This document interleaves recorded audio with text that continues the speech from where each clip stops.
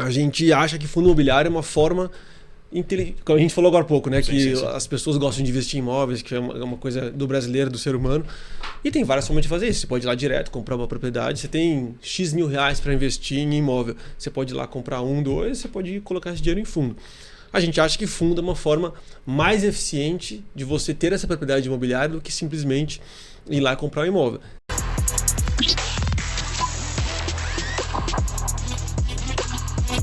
Fala galera, tudo bem? Estamos aqui para mais um Fundo do Baú. Eu, Pedro Barbosa, host, estou com meu amigo de sempre, Marcos Saravalli. Tudo bem, Marquinho? Bem melhor agora, né? Com a sua presença por aqui, de volta ao nosso Fundo do Baú. Ouso dizer que é o melhor podcast do país, né? Focado em fundos de investimentos, né? Até porque de asset acho que só tem a gente. O melhor. Porque tem os outros que falam de tudo, né? Talvez de vez em quando, né? De fundo. Isso aqui é voltado para asset, porque principalmente a essência de cada gestora a gente quer conduzir. Marquinhos, o que a gente vai ter hoje? Bom, a gente já falou aqui de ativos digitais, internacional, né?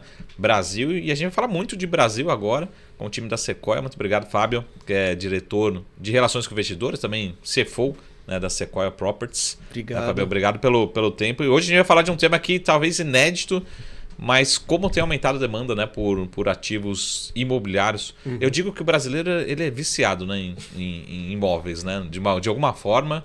Ele, na vida dele, vai participar de algum imóvel, né? Seja um terreno, uma herança, um fundo imobiliário. Bom, obrigado, é um prazer participar. Eu diria até que não é nem o brasileiro, eu diria que é o ser humano. O ser humano. Uma né? vez eu até escrevi um artigo para o Valor que eu falava que desde que o ser humano deixou de ser nômade, que ele passou a valorizar a propriedade de alguma terra, de algum imóvel para si. Né? Foi nessa hora que, mais ou menos 300 mil anos atrás, que a humanidade falou, bom, faz sentido eu ter um pedaço de terra, um pedaço de imóvel para mim. E aí a propriedade imobiliária começou cada vez mais a se desenvolver e, logicamente, teve um caminho enorme para chegar onde a gente está aqui. Mas eu acho que isso faz parte não é só uma forma e um lugar eficiente para você investir seu dinheiro. É também uma necessidade humana, né? Você ter um imóvel, ter um tijolo, ter uma coisa que você chama de seu. Muito bom. Bom, vamos dar um passo atrás, né? E vamos primeiro conhecer o Fábio, que é super importante, e conhecer a Sequoia, né? Como a gente acaba viciando assim, esse fundo, a Sequoia, o fundo listado em bolsa, mas a gente sabe também que a empresa tem diversos outros fundos, outros ativos, né? Outra gestão. Um pouco do seu dia a dia, principalmente da Sequoia, para quem não conhece. Bom, a Sequoia, a gente é uma empresa do setor imobiliário. A gente gosta de falar que a gente é uma empresa integrada, porque a gente é diferente, acho que da maioria das casas, das assets, a gente não é só uma gestora. A gente a gente nasceu, na verdade, no mercado imobiliário, fazendo gestão de ativos performados de imóveis, que faz 30 anos, mais de 30 anos, 32 anos isso. Até hoje a gente tem essa área, que é basicamente o que a gente se propõe a fazer, é basicamente o que o private banking, os assessores de investimento fazem para os clientes na parte líquida, a gente faz na parte líquida. Então a gente cuida não só do imóvel em si, fazer a parte mais transacional, ali operacional, mas a gente também tem uma estrutura comercial para alugar ou vender caso seja necessário. E a gente tem uma visão de portfólio, a gente se propõe a gerir o patrimônio líquido com o mesmo profissionalismo, a mesma competência que o patrimônio líquido é gerido. Além disso, a gente é incorporadora, então a gente tem uma incorporadora bastante focada na cidade de São Paulo, na verdade em partes da cidade de São Paulo e no segmento residencial, onde a gente tem mais expertise. E nós somos gestores de fundos também. A gente tem fundos, inclusive, destinados à incorporação, que a gente faz para desenvolvimento. Esses não são listados na bolsa, são FIPs, com poucos investidores, aquele que a CVM chama de qualificados, investidores maiores. E a gente tem fundo de estratégia listada, que é o Sequoia 3, né, que é o que a gente vai falar bastante aqui. Temos fundos com outras estratégias, fundos de reciclagem, por exemplo, que é uma estratégia que a gente gosta para encurtar um pouco o ciclo da incorporação, quer dizer, comprar imóvel já construído por uma incorporadora que teve algum problema ali, não necessariamente no imóvel, mas às vezes no âmbito da incorporadora, e a gente compra no atacado para revender no varejo. Enfim, a gente tem uma atuação bastante ampla aqui no segmento imobiliário. Uhum. Você viu que ele não falou nada do Rio de Janeiro, né? A gente tem bastante presença lá, não na hora de desenvolvimento, mas nessa área de renda a gente tem. Viu? Então nosso fundo tem 2 imóveis lá, a gente vai bastante. Lá é o que dá dinheiro pra ele. Entendeu? E, Fábio, entrando nessa parte do investidor final, a Sequoia hoje ela consegue entrar tanto na questão do fundo listado, enfim, já é para a carteira do cliente ali algo mais comum, mas também questões alternativas está crescendo muito, né? A questão de alternativa. Como é que vocês têm essa interação com o cliente final? Como é que vocês trabalham isso junto? Até os assessores, toda a parte de distribuição. Tá, então o que a gente faz? A gente tem, se você juntar tudo que eu falei, a gente basicamente tem 2 estratégias. Uma de desenvolver, que é transformação, transformar um terreno em prédio, transformar alguma coisa em outra. E uma que é de renda, que é explorar a renda. E a gente capta dinheiro de diversas formas, capta recursos, né, de diversas formas para investir nessas 2 estratégias. A gente tem basicamente 3 formas de um investidor virar parceiro da casa. Ou ele investe dinheiro conosco, por exemplo, ele investe numa incorporação nossa diretamente. A gente compra um terreno aqui no Itaim, vai fazer um desenvolvimento, capta 5 investidores, cada um põe 5 milhões, estou dando exemplos aqui, cada um põe 5 milhões, desenvolvemos um prédio. Esse é um jeito de um investidor entrar aqui. O outro ele através dos nossos fundos, ele põe dinheiro através de fundos, é onde a gente tem hoje na Bolsa provavelmente um pouco mais de 6 mil investidores, somando os nossos 2 fundos que são listados. Esse investidor ele pode colocar de R$60, se ele quiser começar a investir, até o valor, o limite ali, até onde ele se sentir confortável. E a gente tem uma terceira forma do investidor virar investidor nosso, que ele investe em imóveis com a gente, ou seja, ele deixa um imóvel para a gente gerir. Ele a gente fala que o investidor, a pessoa que tem um imóvel que ela não usa, ela não é um proprietário de imóvel, ela é um investidor em imóvel. Então esse investidor em imóvel, em vez de investir o ativo na forma de dinheiro com a gente, ele investe ativo na forma de imóvel e a gente gere, da mesma forma que a gente gera um recurso líquido, a gente faz a gestão desse ativo, como eu falei lá residencial. Atrás. Qualquer coisa. A gente tem mais de 1.000 imóveis na carteira e aí como os imóveis vêm dos clientes, vêm de às vezes construção, familiar, herança, tem as mais diversas formas de construção desse portfólio imobiliário. Então vai desde sala comercial, galpão, loja, Brasil inteiro, residencial, tem de tudo aí nessa carteira. Bom, muito, muito legal. Vocês têm administração de shoppings também ou não? Não, shopping a gente é um segmento que a gente não tem muita experiência, a gente gosta muito de investir onde a gente enxerga oportunidade, mas onde a gente também tem competência, onde a gente tem um diferencial competitivo, onde a gente consegue fazer alguma coisa que nem todo mundo consegue fazer. Shopping, a gente não tem experiência, então se a gente um dia for investir em shopping, a gente vai ter que desenvolver dentro de casa, contratar gente, quer dizer, montar esse expertise lá dentro. Hoje, shopping é um segmento que a gente não olha. Muito bom. Bom, deixa eu só arrumar a primeira briga aqui, depois eu passo para você. Mas tem uma discussão que diz que eu olho muito bolsa, e quando a gente fala de bolsa, a gente tem os dois, mas estou olhando no lado do equity. Sempre tem aquela pergunta, né? Qual que é o melhor veículo, né? Você ter uma construtora, você ter o equity, você ser sócio de empresa, ou você ter um fundo que vai fazer essa gestão, enfim, sempre aquela... Por que vocês, por exemplo, não têm ali uma construtora e preferiram seguir ali no modelo de fundo, né? Você está dizendo... Não, a gente faz a gestão, né? A gestão do... Por exemplo, sei lá, um ativo... Você poderia ter uma empresa listada em bolsa, né? Isso. Assim, a gente acha que o fundo imobiliário... a gente tem uma visão bastante particular do que é um fundo imobiliário. Para a gente é simplesmente uma forma, um caminho eficiente para você investir em imóveis. Né? Aí eu vou até focar um pouco mais em fundo de tijolo aqui, porque faz mais sentido dentro do contexto que a gente está falando. Só para fazer um aspas aqui, desculpa, um parênteses. A Sequoia, sempre quando eu olhar para a Sequoia, eu entendo como fundos de tijolo. Tijolos. De tijolo. A gente não tem nenhum produto financeiro, a gente não tem CRI, papéis, nada. A gente investe em tijolos, em economia real, é aí que está a nossa expertise. Então, dito isso, a gente acha que fundo imobiliário é uma forma... Como a gente falou agora há pouco, né? Sim. As pessoas gostam de investir em imóveis, que é uma coisa do brasileiro, do ser humano. E tem várias formas de fazer isso. Você pode ir lá direto, comprar uma propriedade. Você tem X mil reais para investir em imóvel. Você pode ir lá comprar 1, 2, você pode colocar esse dinheiro em fundo. A gente acha que fundo é uma forma mais eficiente de você ter essa propriedade imobiliária do que simplesmente ir lá comprar um imóvel. São diversos motivos para isso. Primeiro é a diversificação, né? Dificilmente você vai conseguir, a não ser que você tenha muito capital disponível, dificilmente você vai conseguir ter a diversificação necessária num portfólio imobiliário direto que você conseguiria em fundo de investimento. Segundo, liquidez, né? Quer dizer, você entrar e sair de um imóvel é um processo longo, ainda mais se você quiser vender no preço justo. Você tem que mandatar alguém, ou anunciar, gastar dinheiro. No fundo imobiliário você vende a cota hoje e amanhã, dois dias depois você tem o dinheiro na conta.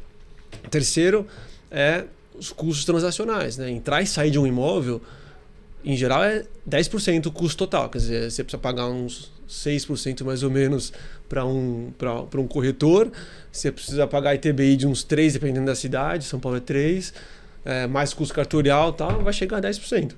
Fundo imobiliário basicamente é quase zero, né? Os custos transacionais são baixíssimos. Aí tem benefício fiscal, então tem uma série de formas que faz. E outro, acesso. Né? Hoje, se você fala, eu tenho X mil reais aqui para investir em imóvel, eu gostaria de participar do segmento de shopping center. Se você não tiver 100 milhões de reais, você não vai comprar um shopping center direto.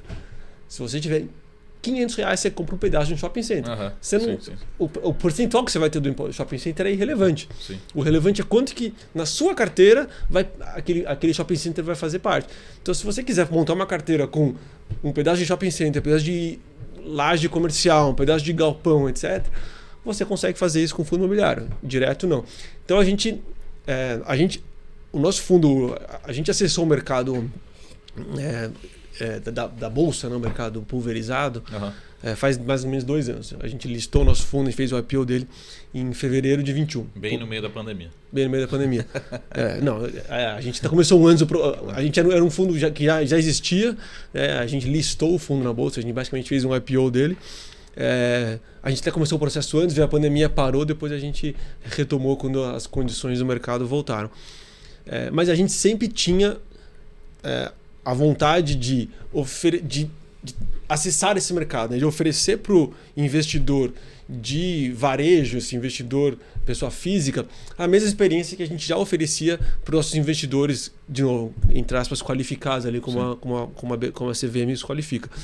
Então, quando teve essa oportunidade, a gente levou nosso fundo para a Bolsa. Muito, muito bom. Só voltando aqui em questão, eu queria só falar um pouquinho também sobre o mercado, né? A gente está vendo, de certa forma, vamos dar um passo atrás, né? Você falou 6 mil cotistas hoje nos fundos listados, e a gente vê essa evolução, né? Mas olhando para a Sequoia ou para o mercado, quais você acha que são os próximos passos? Assim, o que está faltando dentro da Sequoia, o que está faltando dentro do mercado? Né? Porque acho que a gente já avançou muito, né, no mercado, mas quando a gente compara, sei lá, sempre acaba comparando, não sei se você me corrige se estou errado, mas sempre acaba comparando tudo com os Estados Unidos. Mas os Estados Unidos tem 50 vezes mais, enfim. Qual que você acha que é os próximos passos para a Sequoia e para a indústria como um todo? Eu acho que essa é uma indústria que, apesar de existir de forma regulatória há bastante tempo, quer dizer, a lei que regulamentou o fundo imobiliário tem 30 anos, basicamente é um produto que virou popular, entrou no gosto do brasileiro faz 3. Sim. Há 4 anos, hoje a gente tem 2 milhões e 100 mil cotistas na bolsa, mais ou menos. Era tipo 300 mil reais 300 mil cotistas em 2018. Era isso, assim. E muito 200 rápido, mil um ano antes. Era basicamente um produto que não era acessado. Hoje é bastante conhecido, difundido, está na carteira de, sei lá, 1/4 dos investidores do Brasil. Então, é uma indústria nova, né? E por ser nova, tem uma série de coisas que ainda está em fase de maturação. Até por isso que acho que todo mundo compara com os Estados Unidos, né? Que já existe há décadas lá. Isso lá, mais de 90 milhões de indivíduos têm participação nos REITs, né? Que são os equivalentes ao fundo imobiliário aqui. Então, comparar com o mercado americano é uma coisa muito natural. Uma das coisas que, para mim, o mercado brasileiro vai ter que passar de uma forma ou de outra é a consolidação, né? A gente tem, como você falou, o nosso mercado é mais ou menos 2% do mercado americano, né? Ele é 50 vezes maior. Só que a gente tem... Esse número você vê que... Não é tá no contexto. Eu falei um número assim... Achei que você... É tão preciso que eu achei que falava um dado. Eu falei que era gigante, mas... Se você não fala nada, vai ser melhor. E aí, lá tem tipo 200 e poucos fundos listados. Aqui tem 500 e poucos fundos listados. Então a pulverização aqui é até uma das dificuldades que o brasileiro tem, né? Que é o excesso de escolha. A sopa de letrinhas. Se você tem 100 reais para investir, você está entrando agora nesse mercado, e para escolher entre tantos fundos assim, né? É muito relatório, é muito gestor, são muitos imóveis, muitas estratégias. Por causa disso, nos Estados Unidos, a última vez que eu fiz essa conta, o 10º maior, não precisa nem pegar o maior fundo, o 10º maior fundo dos Estados Unidos era maior que o mercado brasileiro inteiro somado, todos os 400, 500 listados somados. Né? Porque lá tem muito mais concentração em poucas estratégias. Então o investidor, ele põe aquele lá, aqui no Brasil ele tem muitas escolhas. Dito isso, eu acho que o mercado já também, apesar disso, ele já tem ele tem algumas coisas bastante interessantes. Então ele é um mercado bastante transparente, você tem muita informação pública. Né? A maioria dos gestores, né, tem relatórios detalhados. A gente até foi um passo além, né? Além de ter relatório, a gente solta guidance. Caraca. Que pouquíssimos fundos guidance, mas a gente faz 2 anos e meio, desde o primeiro dia que o fundo foi listado, a gente sempre soltou guidance. Então nosso investidor, ele sabe, nada é garantido, né? Isso aqui não é um produto de renda fixa. Sim. Mas ele sabe a nossa expectativa, a gente nunca descumpriu o guidance, então a gente sempre ficou na banda, né, que a gente se propôs a distribuir. A gente faz lives mensais com os nossos cotistas, então a gente fecha o resultado. Agora, hoje é quarta-feira, a gente tem a live que a gente chama Sequoia 10 minutos, que a proposta de fato é ser um negócio rápido, porque não tomar o tempo no dia corrido que as pessoas já têm. Mas a gente abre no YouTube, aberto para qualquer pessoa do mundo, cotista ou não cotista, quiser lá fazer pergunta, a gente responde todas as perguntas. Isso vai deixando as pessoas mais confortáveis, vai deixando a indústria mais madura, melhorando os padrões de governança corporativa, de transparência. Então, eu acho que respondendo mais objetivamente sua pergunta, eu acho que a indústria vai passar por um pouco de consolidação, um pouco de maturação. O tamanho continua crescendo, mas já tem um tamanho relevante. E aí, falando um pouco mais da Sequoia, principalmente nosso fundo listado, o que a gente precisa é crescer. O nosso fundo ele é relativamente pequeno em relação aos fundos listados. Na nossa visão, o crescimento ele traz muitos benefícios, né? Aumenta a liquidez, diminui o custo fixo, quer dizer, aumenta a rentabilidade, melhora a diversificação, né? Reduz a concentração de risco. Então a gente sempre está com a cabeça de procurar novos imóveis, crescer de maneira responsável, né? Porque o que tem a coisa mais fácil que tem que fazer aqui é crescer de maneira irresponsável, crescendo... Ou o inverso, né? Capta e depois decide o que... Também tem essa, capta e depois decide, aconteceu muito. Fica com caixa. O que eu vou fazer? Fica lá com o dinheiro queimando no pé, acontece muito isso. Mas a gente está há 2 anos, a gente comprou um imóvel, que na verdade não foi nem um imóvel, foi metade de um imóvel que a gente já tinha. Desde que a gente fez o list ou IPO, porque a gente não conseguiu até hoje achar a gente achou uma vez, acabou não passando na due diligence, um imóvel que encaixe todas as características que a gente gosta. Quer dizer, ele tem que ser bom imóvel, tem que ter bom locatário, tem que ter liquidez, tem que ter facilidade de reposição, tem que ter um monte de coisa. E além disso, tem que estar no preço certo para que a gente melhore a distribuição de rendimento dos nossos cotistas. Então, somando tudo isso, é difícil achar imóvel sempre. Então, a gente cresce sempre com muita cautela. Muito bom. Antes de terminar o primeiro bloco, só fazer uma provocação aqui, né? Você acha que a Sequoia, como você fala assim, é consolidação? Como é que você vê a Sequoia nesse movimento de consolidação? É um veículo consolidador? Será consolidado? Sem dúvida. Aqui já arruma uma briga ao vivo já. Não, tem mais. A gente se enxerga como parte da consolidação por vários motivos. Primeiro, porque eu acho que a gente tem uma experiência imobiliária distinta. Sim. Assim, dificilmente você vai achar uma rola casa. muito isso, porque eu acompanho muito o equity, né? Tem muita gente que traz essa expertise do mercado financeiro e fala assim, vai dar certo. Acho que já tiveram alguns casos aqui de farmácia, de empresa de turismo, né? Eu vou do mercado financeiro, ponho na planilha ali, mas aí na barriga do balcão vê que vários casos errados, né? E imóvel é aquela coisa, todo mundo entende um pouco, né? Todo mundo sabe aquele ditado que de médico louco todo mundo tem um pouco? De médico louco, gestor imobiliário, todo mundo tem um pouco. Porque todo mundo... Porque é um negócio fácil de compreender. É difícil de entender, porque as minúcias são muitos detalhes, são legislações específicas, são micro-regiões que influenciam.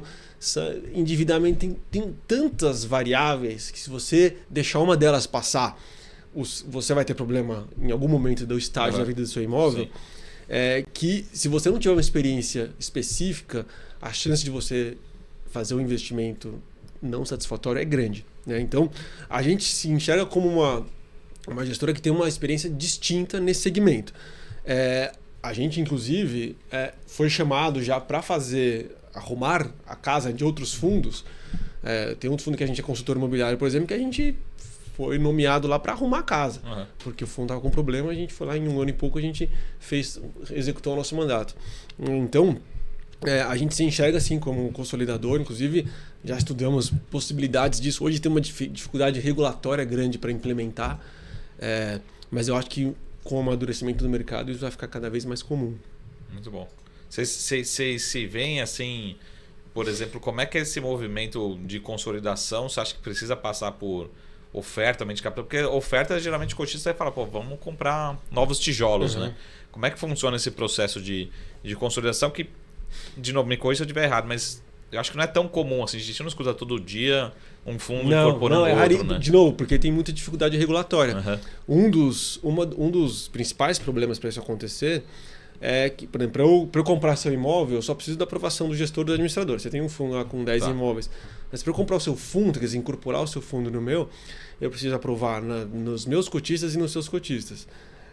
A regulamentação de fundo imobiliário diz que eu preciso de 25% de quórum de aprovação nos dois lados.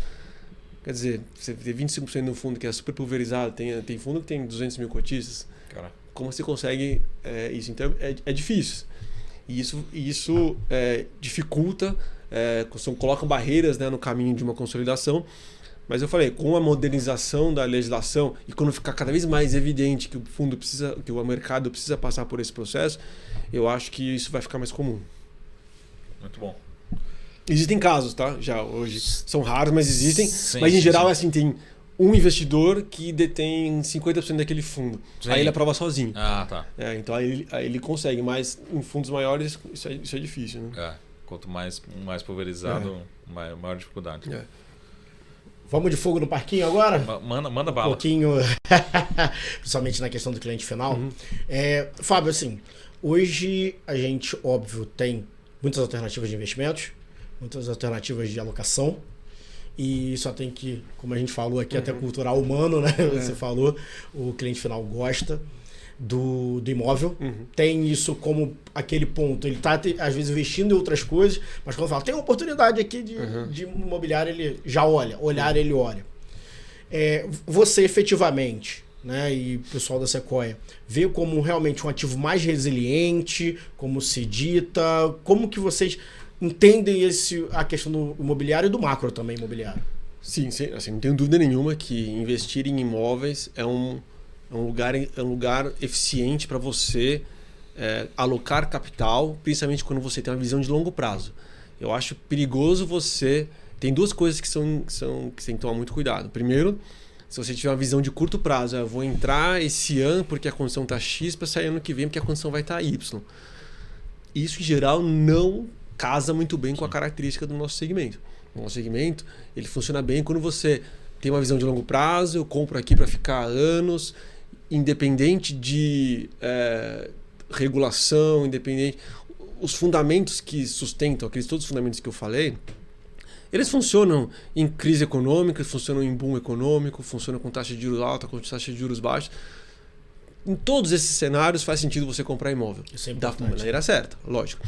Então, o primeiro é ter uma visão de longo prazo. O segundo é comprar certo, né? Você tem imóvel que, se você comprar errado, é um imóvel que não tem uma reserva de valor. Por exemplo, um imóvel que a reposição dele é muito fácil. Tem 50 mil metros quadrados de terreno vizinho que dá para construir um imóvel igual ao seu. 50 não, 500 mil metros, uma região, mas você vai ter um diferencial competitivo baixo. Se você quiser criar uma reserva de valor, se alguém quiser criar uma competição para você, compra o terreno do lado e constrói igual, você tem pouco valor distintivo, né? Então, esse é um exemplo. Outro exemplo é imóvel que se aposta no movimento especulativo, a região não segue. Enfim, comprar certo e com a visão de longo prazo, em geral, no mínimo você vai ter um bom dividendo e uma proteção com a inflação. Fábio, você estava falando que comprar certo é algo assim preponderante para investimento imóvel. Isso. E você também falou um pouco antes que já ajustou muito fundo, que já ajudou a arrumar a casa.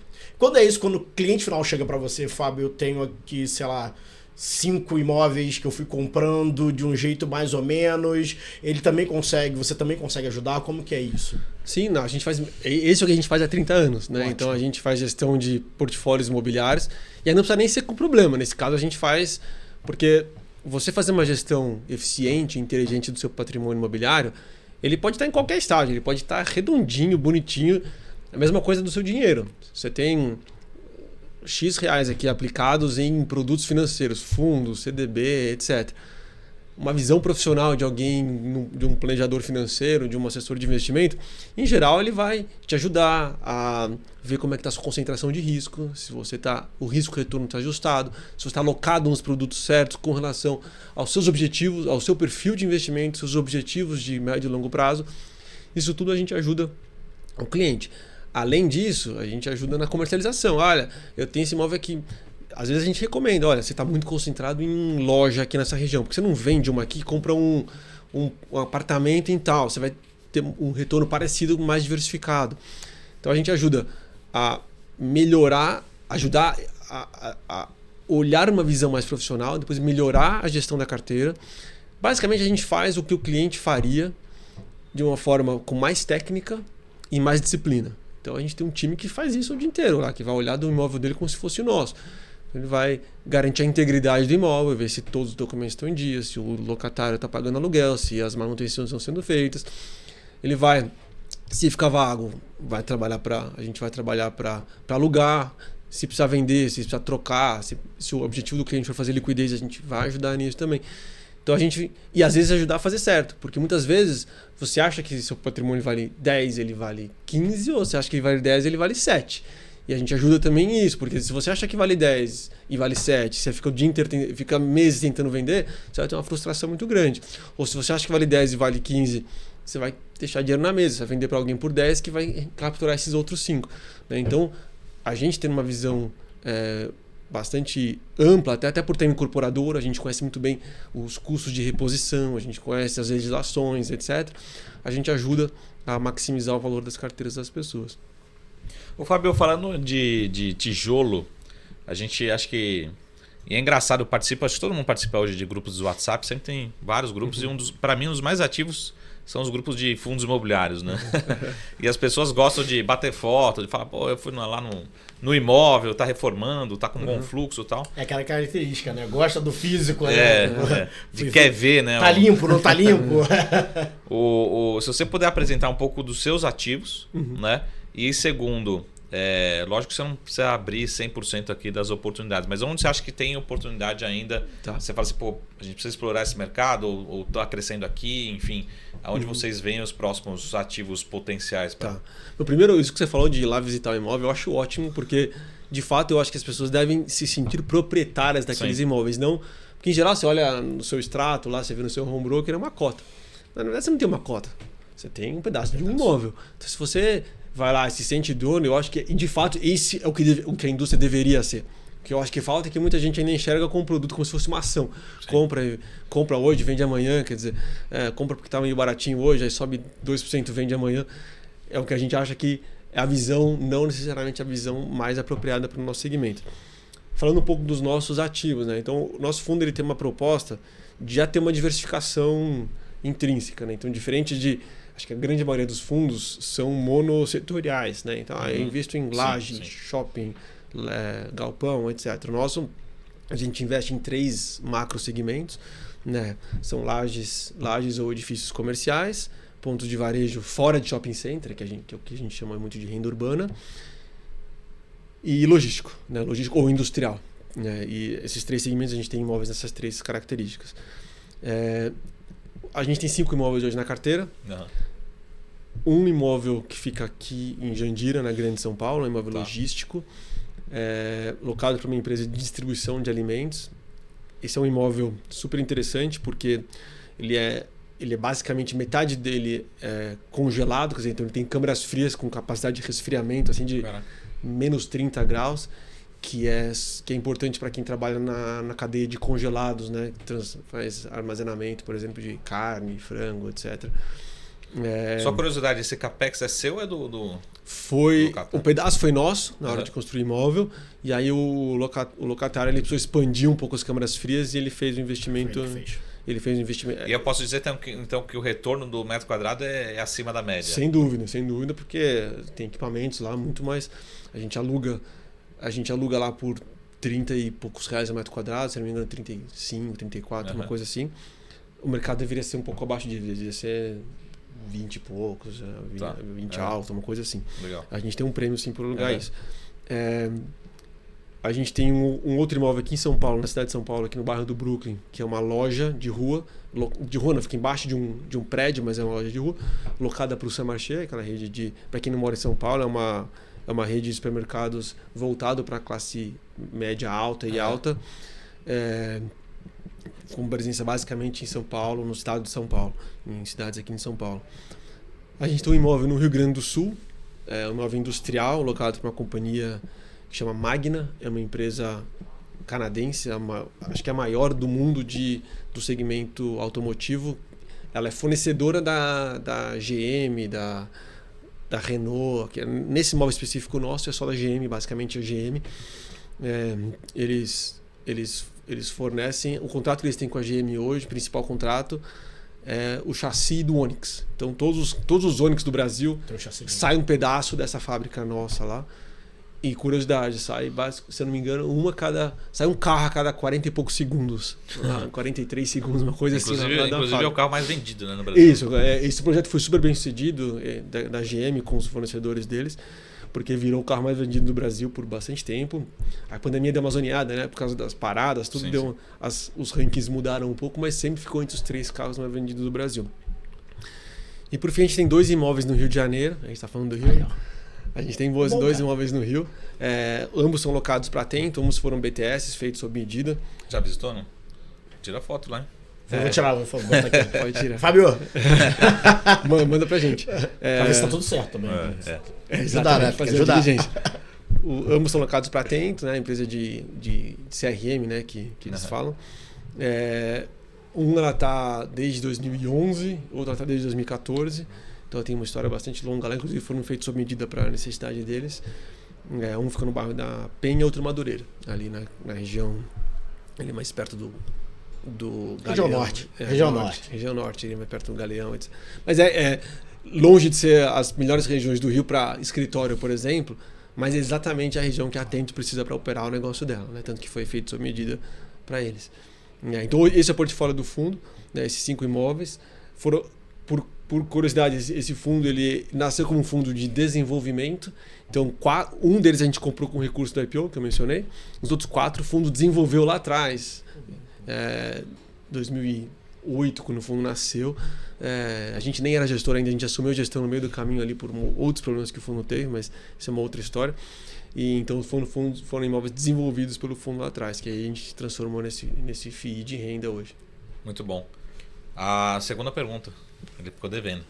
Qual que era, desculpa? As oportunidades. Que ele tá olhando? Verdade. A pergunta que o investidor quer, o que você tá olhando? Então, assim, o segmento imobiliário como um todo é bastante cíclico, né? Uhum. E muitos segmentos são ciclos até previsíveis, né? Sim. Porque quando você enxerga, em geral é assim, quando o mercado está em expansão, as incorporadoras, né, começam a desenvolver, aumentar o estoque, construir mais prédios. São projetos longos, né? Você não constrói um prédio em menos de 3, 4, 5 anos. Quando fica pronto esse estoque, aumenta o estoque, aumenta os metros quadrados disponíveis, o preço cai, entra numa fase de retração e assim por diante, né? Esses são os 5 são relativamente bem conhecidos. Galpão, por exemplo, é um pouco mais curto, porque é mais rápido você fazer um galpão novo, mas também são relativamente conhecidos. Então, cada um dos segmentos vai ter sua vida, às vezes até semi-segmentos, né? Porque a Faria Lima é diferente de Alphaville, que é diferente da Berrini. E então, por que eu tô falando tudo isso? Porque sempre vai ter oportunidade nos 3 macro segmentos que a gente olha. Sempre vai ter. A gente, por exemplo, na pandemia, o setor logístico foi super aquecido, enquanto que Laje caiu. Sim. a gente não gosta de comprar quando está todo mundo comprando, né? Não porque não tem oportunidade, mas porque vai ser mais difícil você fazer umas compras boas, né? Porque não adianta você comprar só um bom imóvel e pagar caro. Você tem que comprar um bom imóvel e pagar um preço justo ou um preço bem atraente. Então, às vezes vale a pena você olhar para imóveis de qualidade no contraciclo. Quando ninguém está olhando muito para aquele segmento, todo mundo focando os seus recursos em outros, a gente gosta disso. E o segmento de renda urbana, a gente acha que a gente tem, principalmente em São Paulo, a gente tem um diferencial que dificilmente as outras gestoras vão conseguir olhar com o mesmo detalhe que a gente, com a mesma amplitude, porque a gente é incorporador, né? São raríssimas as gestoras que também tem uma área de incorporação dentro de casa. Sequoia, você anda aqui na rua de São Paulo, você vai ver placas verdes, nossos empreendimentos. Aqui no Itaim mesmo a gente tem um empreendimento. Então a gente conhece a micro-região, como eu falei. Sim. Às vezes, para um varejo, faz diferença, literalmente, está de um lado da rua ou do outro. Né? Se você está com um varejo de um lado da Bandeirantes, por exemplo, o outro lado da Bandeirantes, você pega um fluxo de manhã e de noite bem diferente, porque a cidade se movimenta daquele jeito. Se você está do lado errado, se você tem um segmento, por exemplo, que tem um consumo mais, que as pessoas saem depois do trabalho e passam, você está no fluxo de ida, você vai perder fluxo. Então isso realmente faz muita diferença. Então, e isso é uma coisa que a gente se propõe e se orgulha de conhecer bastante dentro da cidade de São Paulo, mas é só porque a gente tem uma incorporadora, que a gente está analisando o terreno e olhando aquela micro-região todo dia. Muito bom. E fora de Sampa, já nessa toada, como é que é essa análise também? Que eu ia chegar nesse ponto da questão da tua equipe. Né? Como que vocês fazem essa capilaridade? A gente tem capacidade de olhar imóvel no Brasil inteiro. A gente tem alguns diferenciais competitivos, como eu falei, na questão de renda urbana em São Paulo, porque a gente está aqui, vendo o terreno o dia inteiro. Mas quer dizer, quando aparece imóvel em Belo Horizonte ou na região metropolitana de Fortaleza, um imóvel mais logístico, etc., a gente vai lá, a gente faz toda a nossa análise de diligência. Inclusive, a gente, antes de adquirir qualquer imóvel, além do tradicional, toda gestora que você vai encontrar, nenhuma gestora não é diligente. Todo mundo vai lá fazer diligência, ver se o imóvel está bem, vai fazer conta de preço, vai fazer fluxo de caixa descontado, etc, etc. A gente tem um passo a mais, até por ter esses 30 anos de experiência, de ter transacionado aí milhares de imóveis nesse meio do caminho, a gente construiu uma base de dados, permitiu a gente fazer um modelo. Então a gente tem um modelo que você pode dizer modelo financeiro, mas ele é um modelo mais imobiliário, que a gente tem 7 verticais, 7 atributos de um imóvel que a gente dá uma nota. Então, por exemplo, qualidade do imóvel, qualidade de construção. A gente, ele é alto padrão, médio padrão, tal, ele precisa de manutenção feita, a gente dá entre AAA e C, por exemplo. Liquidez, quer dizer, facilidade de reposição, qualidade do locatário, qualidade da garantia, padrão construtivo, já falei. Então, a gente dá uma nota para todos esses atributos e aí o nosso modelo vai dizer, baseado nessas notas, versus o peso que a gente acha que, por ter transacionado tantos imóveis, que cada um desses atributos tem no valor final do imóvel, ele vai falar, olha, isso aqui tudo está tomando um tal risco, portanto, você tem que exigir tal cap, tal retorno para fazer a aquisição de imóvel. E isso a gente combina com as avaliações tradicionais, a gente sempre traz um terceiro para fazer um laudo, a gente faz fluxo de caixa descontado, etc.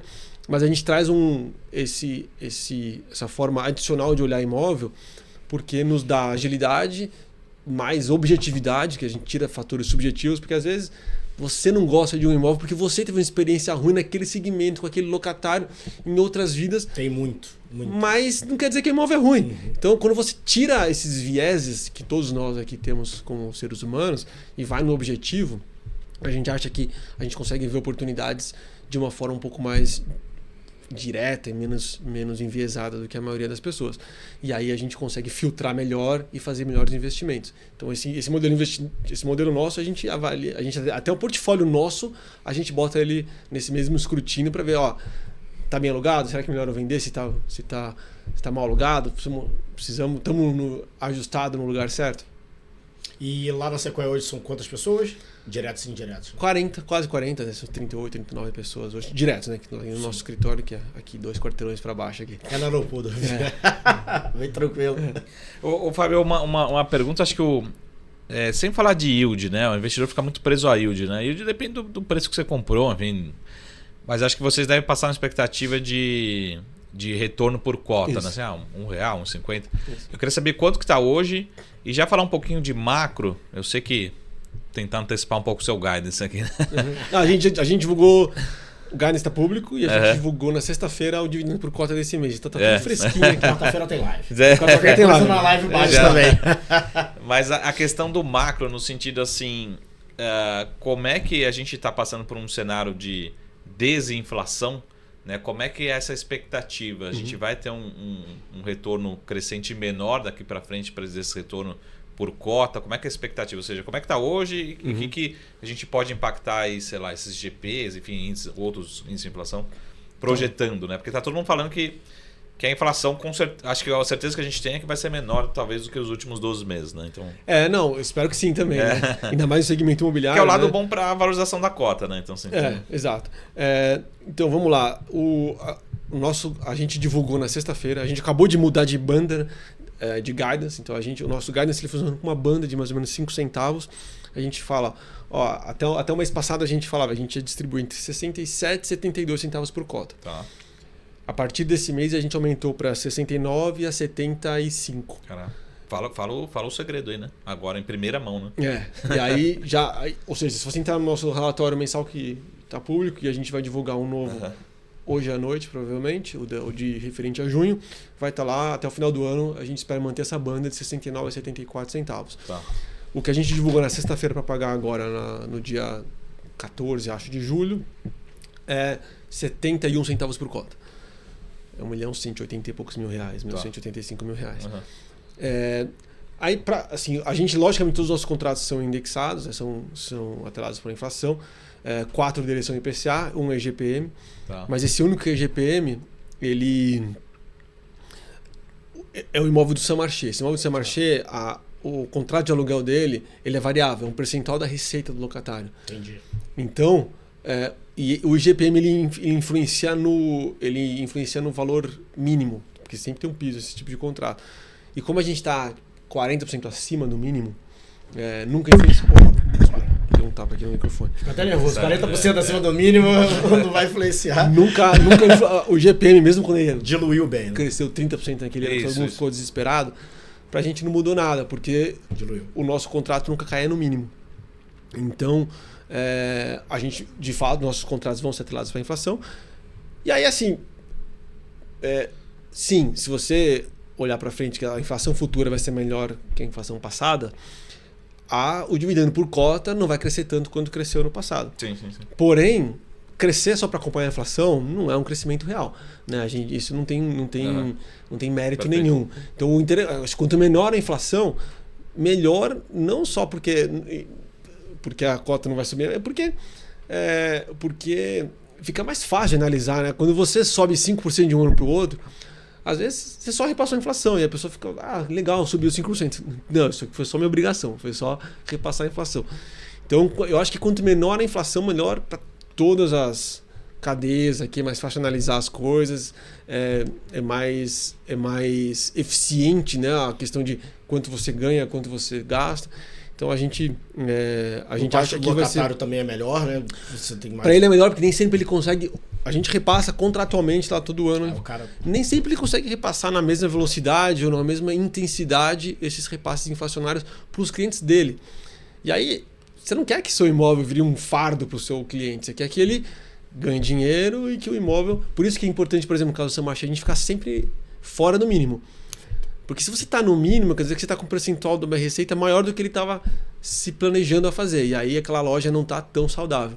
Então esse é um dos indicadores que a gente olha que, sim, a operação do Saint-Marché na nossa loja tá saudável. Mas a inflação, de fato, ela desorganiza os econômicos das empresas. E só para voltar para a curiosidade aqui dessa nova banda, assim, o que levou vocês a mudarem essa banda, no sentido assim, teve algum ganho de produtividade, enfim, porque mudou a banda, também não dá para mais voltar atrás. Não. Tem duas coisas, uma é a inflação mesmo, sim. repasse anual, e o segundo, a gente tem um dos imóveis, esse imóvel de Jandira lá, o congelado que eu falei, ele estava quando a gente teve uma troca de locatários em 2019. Ele era locado para uma outra empresa, essa empresa assumiu como sublocatária porque era um BTS. Quando acabou o BTS, ela virou locatária direta. E a gente fez um contrato que tinha de 7 anos com 3 anos de desconto. Era um desconto regressivo. O primeiro ano era 21%, o segundo ano 14% e o último ano 7%. E a gente acabou de mudar de banda de 14 para 7, o último ano de desconto. Então quando faz isso, o nosso aluguel recebido cresce mais do que a inflação. Ano que vem, zero desconto. E aí, então de novo, a gente já pode aumentar de novo acima da inflação. Já pedindo a próxima banda, já, né?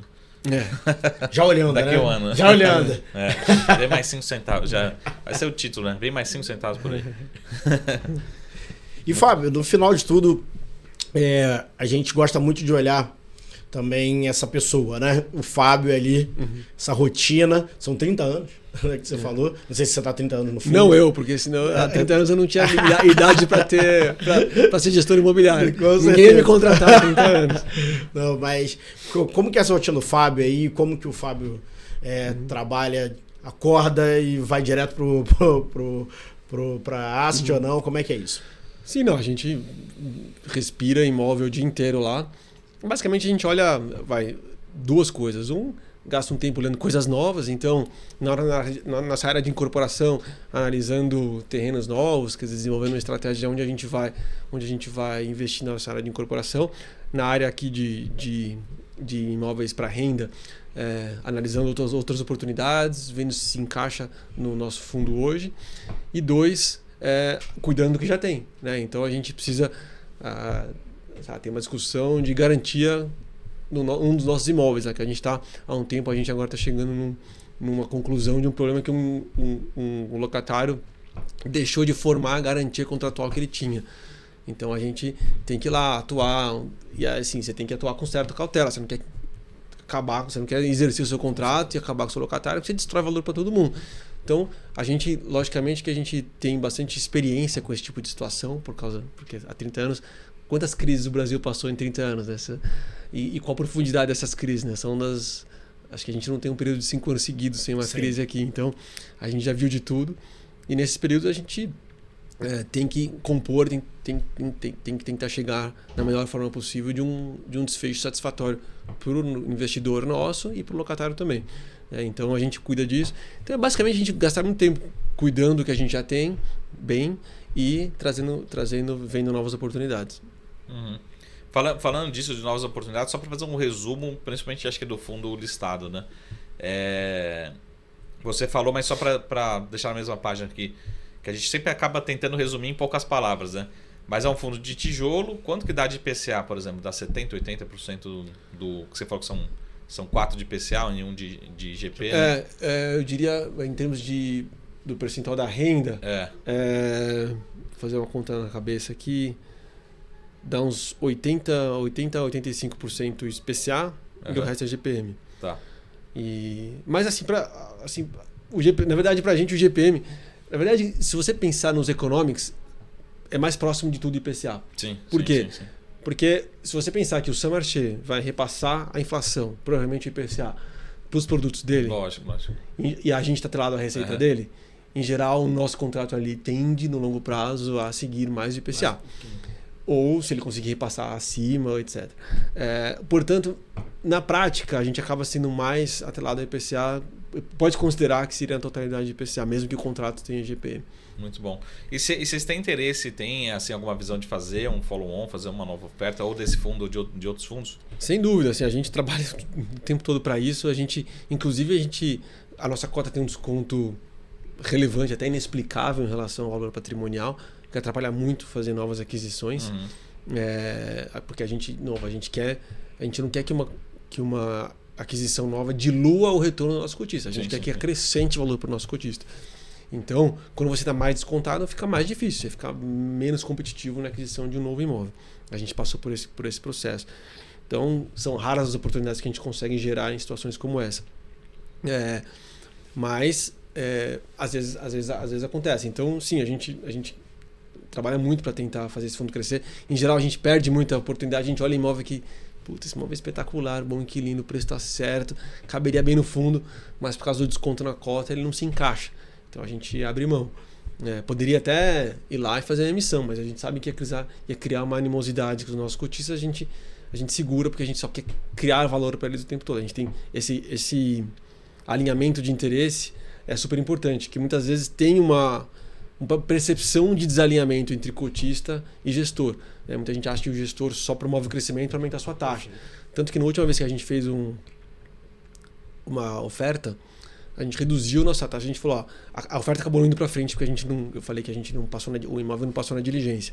A gente ia captar 20 milhões de reais, comprar um imóvel e a gente ia reduzir a nossa taxa para que 100% da renda desse imóvel fosse para o cotista.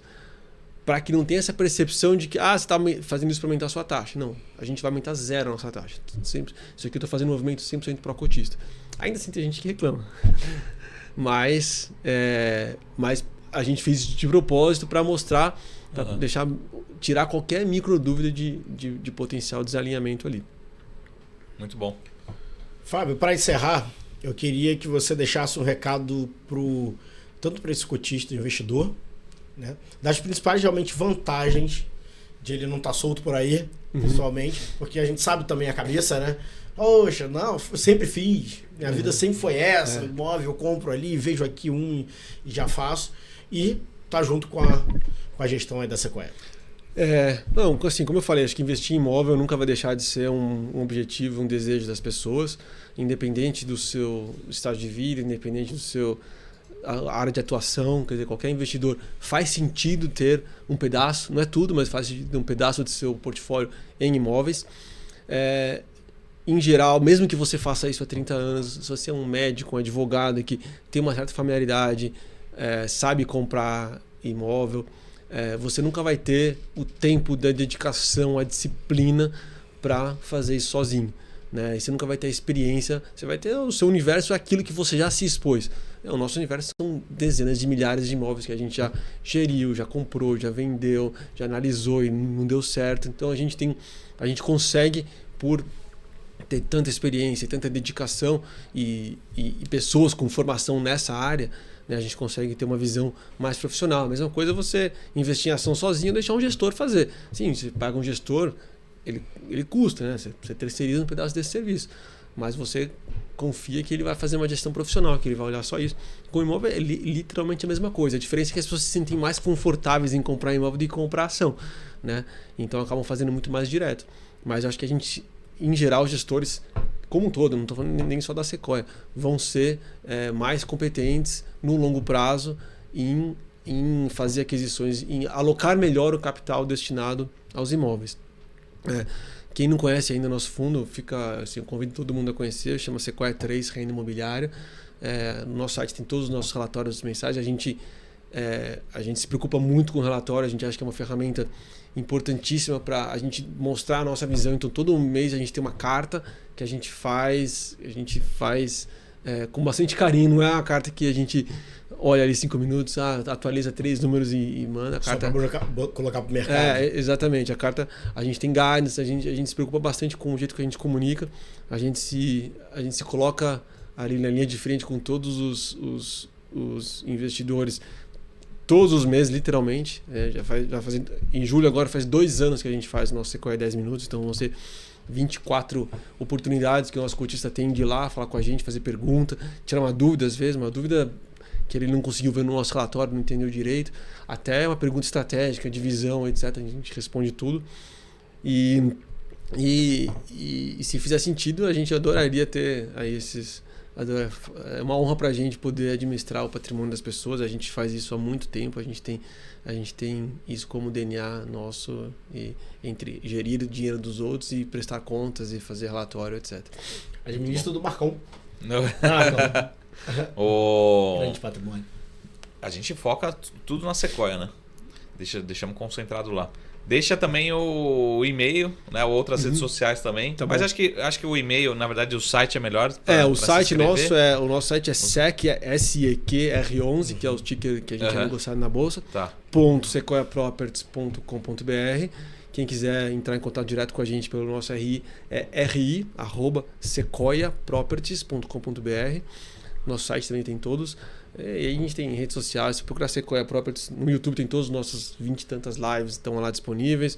A gente tem um Instagram, tem LinkedIn, então não é difícil nos achar aí no mundo virtual. Muito bom. No Banco Central a gente está brigando lá para não mudar a banda. Aqui a gente não vê a hora de mudar a banda, né? É o recado E eles inverso, mudaram. né? Lá a banda tem que cair, aqui a nossa tem que subir. E eles mudaram. Tá aí. Pediram, tá aí. Obrigado, pessoal. Muito Obrigado, bom. Fábio. Obrigado, foi um prazer. Obrigado, Marco, mais um tempo. Obrigado, Fabio. Obrigado, Sequoia. E até a próxima.